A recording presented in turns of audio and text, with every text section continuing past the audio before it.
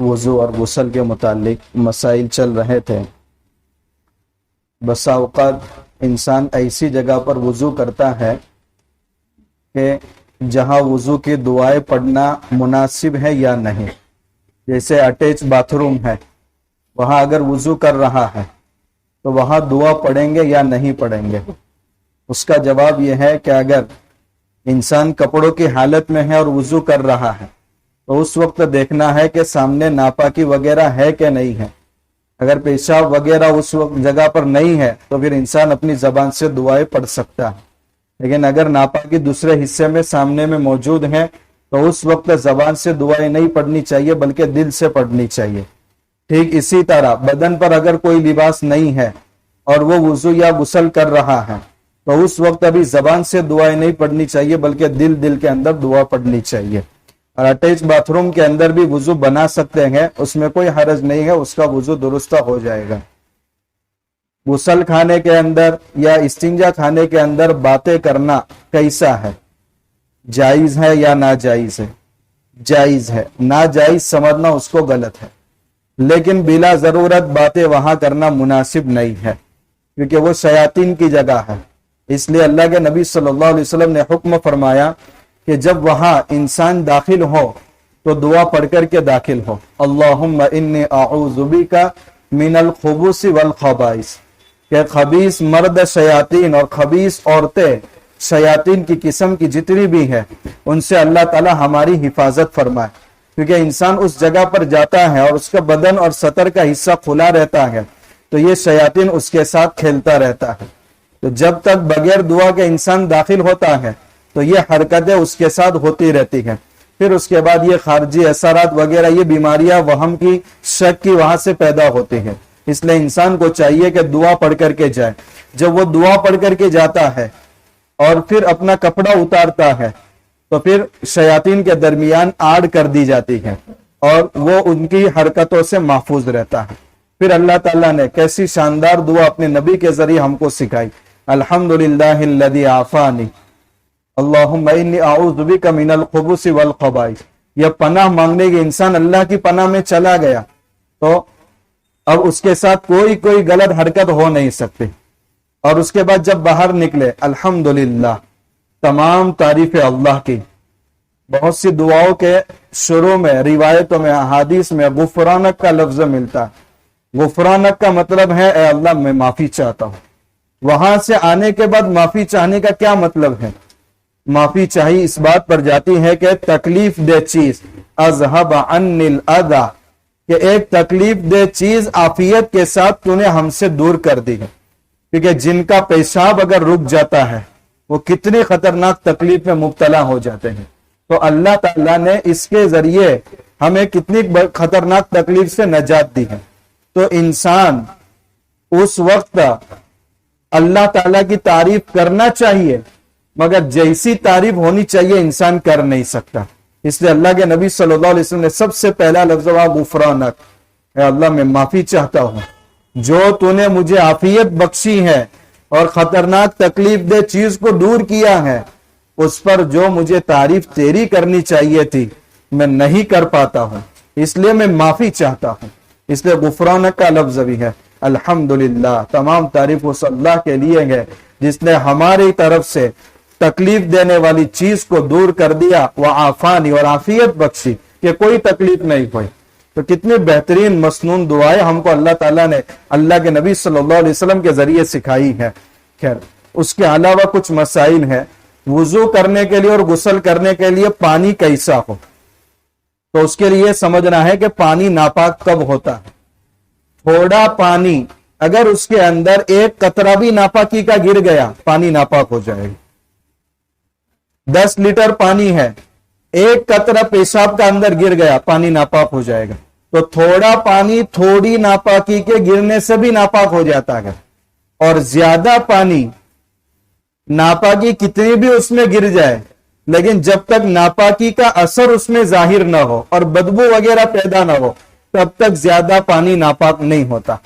لیکن اب سمجھنا ہے کہ تھوڑا پانی، زیادہ پانی کس کو کہتے ہیں، کیسے اندازہ لگائیں گے تھوڑا پانی ہے اور یہ زیادہ پانی ہے؟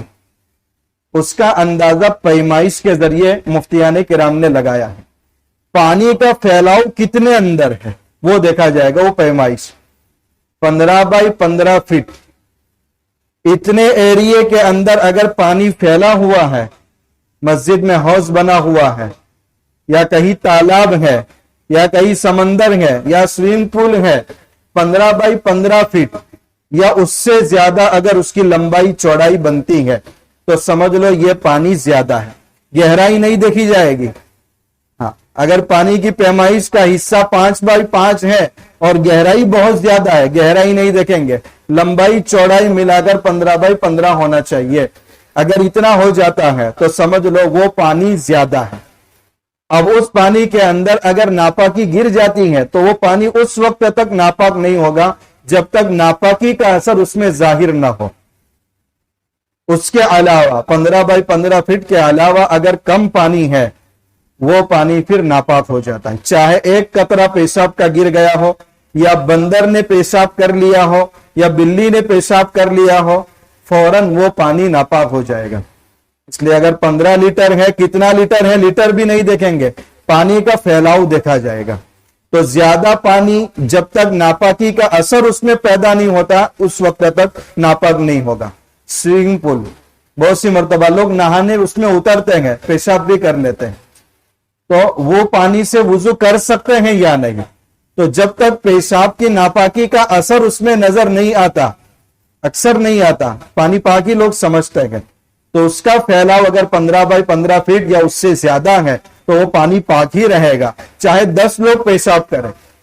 جب تک ناپاکی کا اثر اس میں نظر نہیں آتا تب تک وہ پانی ناپاک نہیں ہوگا. اچھا، اس میں دوائیاں ڈالتے ہیں، اس دوائی کی بو تو اس میں پیدا ہوتی ہے اور باقاعدہ معلوم بھی ہوتی ہے، تو اس دوا کی وجہ سے پانی ناپاک نہیں ہوتا. دیکھیں، دوائی اس لیے ڈالی جاتی ہے تاکہ پانی کو گدلا ہونے سے باقی بچایا جائے، تو اس پانی دوا کی وجہ سے پانی ناپاک نہیں ہوگا. البتہ دوا اتنی تعداد میں ڈالی گئی کہ پانی کا نام ہی بدل گیا. فار ایگزامپل 2 گلاس پانی آپ نے لیا اور 1/3 بوتل روئے افزا کی اس میں ڈالی. اب اس پانی سے وضو کر سکتے ہیں کہ نہیں کر سکتے؟ دیکھیں، اب یہ شربت بن گیا، اب یہ پانی نہیں رہا. مدرسے کے اندر جب شوربہ ختم ہو جاتا تھا سالن کا تو وہ بڑی پائپ لگاتے تھے ٹنکی کی اور دیکھ کے اندر وہی ڈالتے تھے، اور پھر 2 بار جب روٹیاں چورتے تھے اور 2 بار سالن لینے جاتے تھے تو سالن کا کہیں نقش و نظر نہیں آتا تھا. تو بہت سارے جو شریر طلبہ ہوتے تھے جو ناظم رہتے تھے ہاسٹل کے، وہ کٹورا لے کر کے ان سے پوچھتے تھے، حضرت اس سے وضو جائز ہے کیا؟ یعنی اس سے سالن کا اثر ہی نظر نہیں آ رہا. خیر، یہ بات اس پر نکلی کہ اگر کوئی پاک چیز پانی کے اندر ملا لیتے ہیں تو پانی تو ناپاک نہیں ہوا، لیکن پانی کا نام جب تک نہیں بدلتا اس پانی سے وضو کر سکتے ہیں. لیکن روئے افزا ملا دیا تو اب شربت بن گیا. اگر 1-2 قطرے اس کے اندر گر گئے ہیں اور پانی کا رنگ بھی نہیں بدلا اور اس کا پورا نام بھی نہیں بدلا تو اس پانی سے وضو کر سکتے ہیں، کوئی مسئلہ نہیں ہے. تو میں نے 2 باتیں بتائی. پانی اگر کم ہے، تھوڑی بھی ناپاکی گر گئی، چاہے نظر آئے نہ آئے اس کا اثر، وہ پانی بہرحال ناپاک ہے، اس پانی سے وضو نہیں کریں گے. اس لیے اللہ کے نبی صلی اللہ علیہ وسلم نے تاکید کی ہے، اذا استيقظ احدكم من نومه فلا يغمسن يده في الاناء. جب تم میں کا کوئی آدمی صبح نیند سے بیدار ہو، اپنے دونوں ہاتھوں کو فوراً پانی کے اندر نہ ڈالے. بالٹی میں ڈالنے سے پہلے دونوں ہاتھوں کو دھو لے، کیونکہ اس کو نہیں معلوم کہ اس کے ہاتھ پر رات میں کہاں کہاں ناپاکی لگی ہے. اگر وہ ہاتھ بالٹی کے اندر چلا گیا تو پانی فوراً ناپاک ہو جاتا ہے، کیونکہ وہ پانی تھوڑا ہے. تو تھوڑا پانی فوراً ناپاک ہو جائے گا معمولی ناپاکی گرنے سے، اور زیادہ پانی جس کی پیمائش کا اندازہ میں نے بتا دیا، وہ پانی اس وقت تک ناپاک نہیں ہوتا جب تک اس کے اندر ناپاکی کا اثر ظاہر نہیں ہوتا. اور پانی کے اندر پاک چیز مل جائے تو وہ پانی سے اس وقت تک وضو کر سکتے ہیں جب تک پانی کا نام نہ بدل جائے. شربت بن گیا، سالن بن گیا نام، اب اس پانی سے وضو نہیں کریں گے چاہے پاک چیز ملی گئی. لیکن دوا پانی کے اندر ڈالی جاتی ہے، وہ بھی پاک ہے، لیکن پھر بھی اس پانی سے وضو کر سکتے ہیں، اس لیے کہ پانی کا نام نہیں بدلا، پانی پانی ہی ہے. ایک اور بات،